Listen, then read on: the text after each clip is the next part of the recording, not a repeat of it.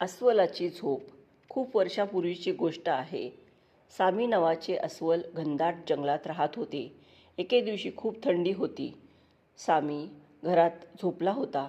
त्याने अंगावर रजई घेतली होती. तो गाढ झोपेत होता. एकदम त्याला खिडकीच्या बाहेर कसला तरी आवाज ऐकू आला. तो झोपेतून जागा झाला. त्याला भीती वाटू लागली. त्याने दिवा लावला आणि बाहेर पाहिले. नंतर त्याने धाडस करून दरवाजा उघडला.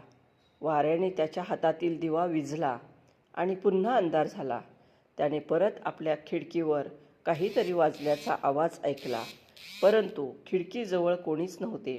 हे पाहून त्याच्या जीवात जीव आला. त्याने चंद्राच्या उजेडात पाहिले तर झाडाची एक फांदी त्याच्या खिडकीवर वाऱ्याने आपटत होती. सामीला हे पाहून बरे वाटले आणि तो परत जाऊन शांत झोपला. नेहमी सत्य जाणून घ्यावे.